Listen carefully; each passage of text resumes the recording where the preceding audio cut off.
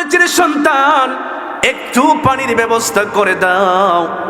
তখন বাইজিদ রহমতুল্লাহি আলাইহি দৌড় মেরে তিনি গেলেন কলসের মধ্যে কোনো পানি আছে ওনার আম্মাজানকে খাওয়ানোর জন্য, কিন্তু ভাগ্যের পরিক্রমায় কলসের মধ্যে তিনি পানি পাইলেন না। দূর কোথাও তিনি চলে গেলেন পানি আনার জন্য। সুবহানাল্লাহ বলেন। দূর থেকে পানি আনার পরে বাইজিদ বুস্তামি রহমতুল্লাহি আলাইহি যখন ঘরের মধ্যে প্রবেশ করলেন, দেখলেন ওনার আম্মা জান ঘুমিয়ে গেছে। সুবহানাল্লাহ বলেন না। ওনার আম্মা জান ঘুমিয়ে পড়েছে। ওনার আম্মা জানকে ডাক দেয় নাই এই কারণে যে আমি ডাক দিলে নি আমার আম্মার কষ্ট হয়, ঘুম ভেঙে যায়। এই জন্য বাবা বাইজিদ বুস্তামি রহমতুল্লাহি আলাইহি এইভাবে তিনি দাঁড়িয়ে আছেন পানির পালাটা হাতের মধ্যে নিয়ে। আল্লাহু আকবার বলেন। রাত্র তখন গভীর হয়ে গেল। বাইজিদ রহমতুল্লাহি আলাইহি আম্মা জানের যখন ঘুম ভেঙে যায়, তিনি দেখেন ওনার সন্তান পানির পেয়ালা হাতে নিয়ে দাঁড়ায় আছে। আল্লাহু আকবার বলবেন না। বলতেছে, রে আমার বাইজিদ,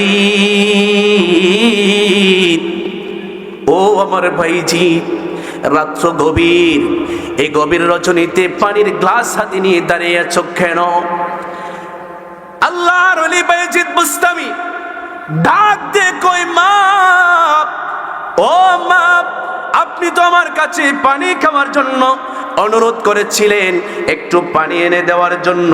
ওগো মা, ঘরের মধ্যে আমি পানি তালাশ করেছিলাম কিন্তু আমি পানি পাই নাই, এই জন্য পানি সংগ্রহ করার জন্য দূর কোথাও চলে গিয়েছিলাম।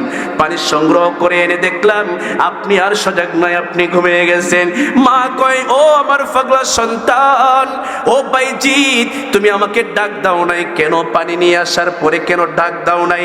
ডাক দিলেই তো এতক্ষণ কষ্ট করে দাঁড়ায় থাকতে হইতো। আল্লাহু আকবার। বাইজিদ বলে, মা, আমি যদি আপনাকে ডাক দিতাম আপনার তো ঘুমের মধ্যে সমস্যা হইতো, আপনার তো কষ্ট হইতো, আপনার কষ্ট হবে বিদায় আমি আপনাকে আর ডাক দেই নাই। বাইজিদের আম্মা তখন দুইটা হাত উপরে দিয়ে আল্লাহর কাছে একটা ডাক দিছে।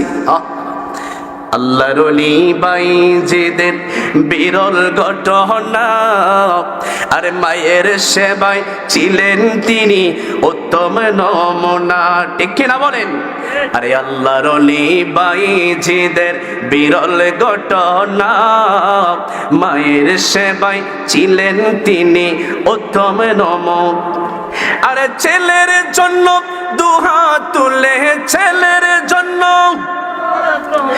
মায়ে দোয়া করে, মা কেন এত দামি জানে না সব, এ মা কেন এত দামি জানতো যদি পড়তো সবাই কোরআন হাদিস। আরে একটি হজের সওয়াব মিলে, একটি হজের। মাকে একবারে দেখিলে মা কেন এত দামি জানে না সব, এ মা কেন এত দামি জানে না সব। সকলে একটা আওয়াজ দিয়ে বলেন আল্লাহু আকবার। এ বন্ধু, আমার মা বাবার খেদমত ছাড়া কেউ ওলি হতে পারে না, মা বাবার সেবা ছাড়া কেউ ওলি হতে পারে না। আমার নবী ডাক দিয়ে বলে, শুআবুল ঈমানের মধ্যে হাদিস এসেছে, মিসকাতুল মাসাবির মধ্যে হাদিস এসেছে, আন আব্দুল্লাহ ইবনে আব্বাস রাদিয়াল্লাহু তাআলা আনহু আন্নাহু ক্বাল ক্বালা রাসূলুল্লাহ সাল্লাল্লাহু আলাইহি ওয়াসাল্লাম মা মিন ওয়ালাদিন বাররি ইয়ানজুরু নাজরা রাহমা। একটু চিৎকার মেরে বলেন আল্লাহু আকবার। নবীর সাহাবী হযরত আব্দুল্লাহ ইবনে আব্বাস রাদিয়াল্লাহু তাআলা আনহু তিনি আমার নবীজি থেকে হাদিস বর্ণনা করেছেন। আমার নবী ডাক দিয়ে কয়, এ আমার উম্মতের দল, এ আমার আশিকির দল, ভালো করে শুনো, ভালো করে শুনো। মা মিন ওয়ালাদিন বাররি ইয়ানজুরু ইলা ওয়ালাদাইহি নাজরা রাহমা। আল্লাহু আকবার বলেন।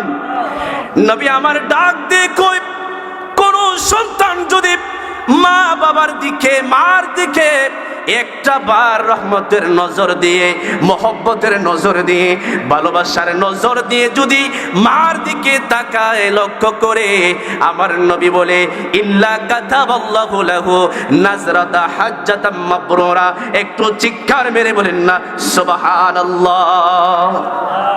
নবী আমার বলে, আমার কোন উম্মতরা, তোমরা যখন তোমাদের মার দিকে, মার চেহারার দিকে যখন তোমরা রহমতের নজর দিয়ে লক্ষ্য করো, মাকে যখন তোমরা দেখো, আমার নবী বলেন ইল্লা কাতাবাল্লাহু বিকুল্লি নাজরাতাম হাজ্জাতাম মাবরুরা।